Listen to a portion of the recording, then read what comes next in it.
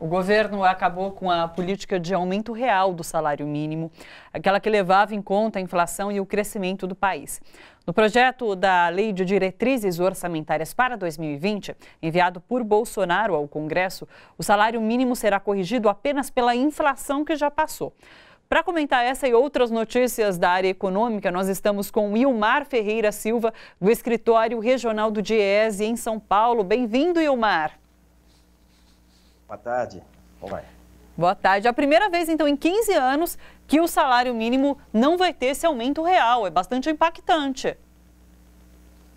Sim, é verdade. Essa decisão tem um impacto muito importante na vida das pessoas, particularmente das pessoas mais pobres e que ocupam postos de trabalho mais vulneráveis, não é?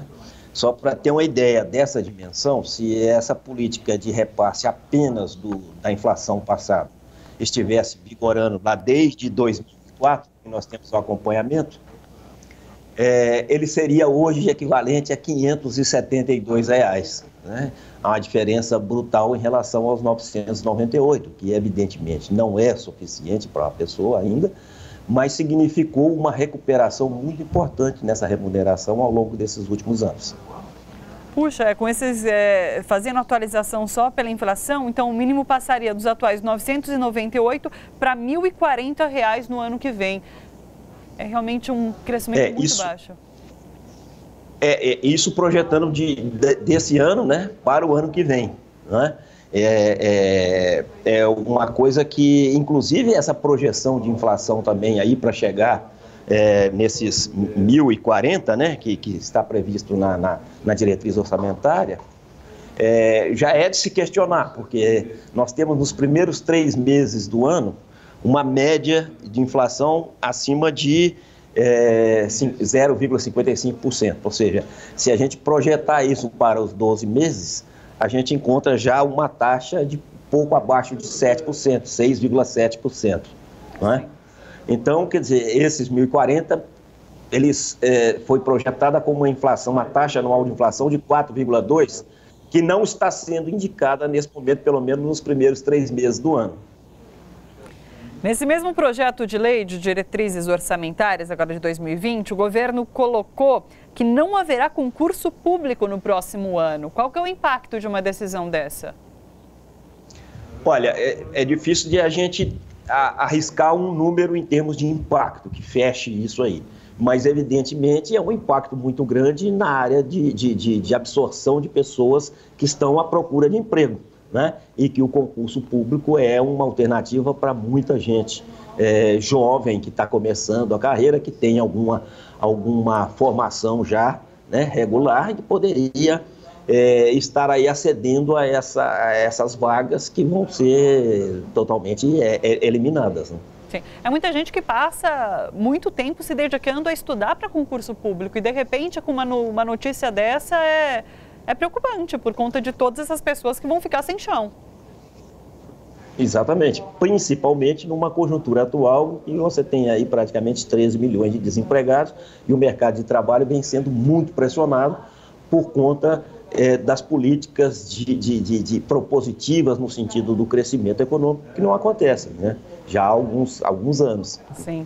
Agora, ontem, o governo, apesar dessas duas notícias terem tomado os holofotes, o governo sofreu uma derrota na CCJ da Câmara, onde está tramitando a reforma da Previdência. Ela é considerada a pauta mais importante para deter esse suposto rombo nas contas públicas, mas a CCJ não atendeu o Planalto e prevê deixar a primeira votação sobre as mudanças na aposentadoria para depois da Páscoa. Então, assim...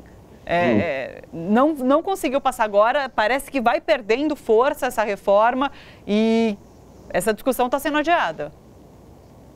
Sim, na medida em que as pessoas, a população, começa a travar um conhecimento mais concreto sobre as propostas contidas aí nessa dita reforma da Previdência, né, vai se percebendo que aquele discurso que foi inicial da parte do governo, de que o que se pretende com essas mudanças é a eliminação de privilégios, vai sendo revelada toda essa não correspondência com a realidade, né?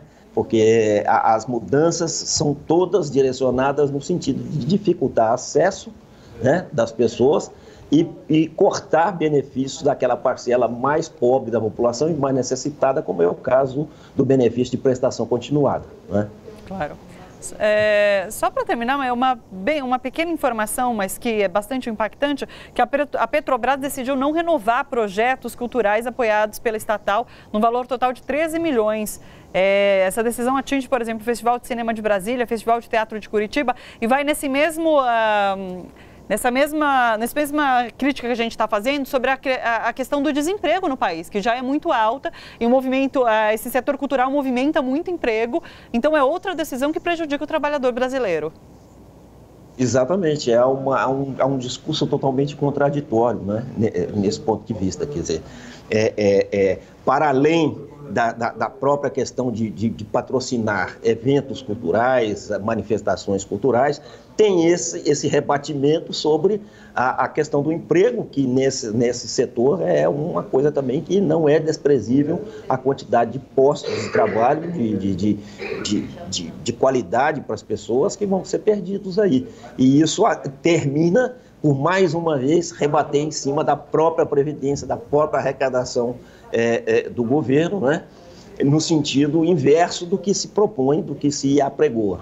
Sim. Ilmar, muito obrigada pela sua participação aqui no Bom para Todos. Obrigado a vocês.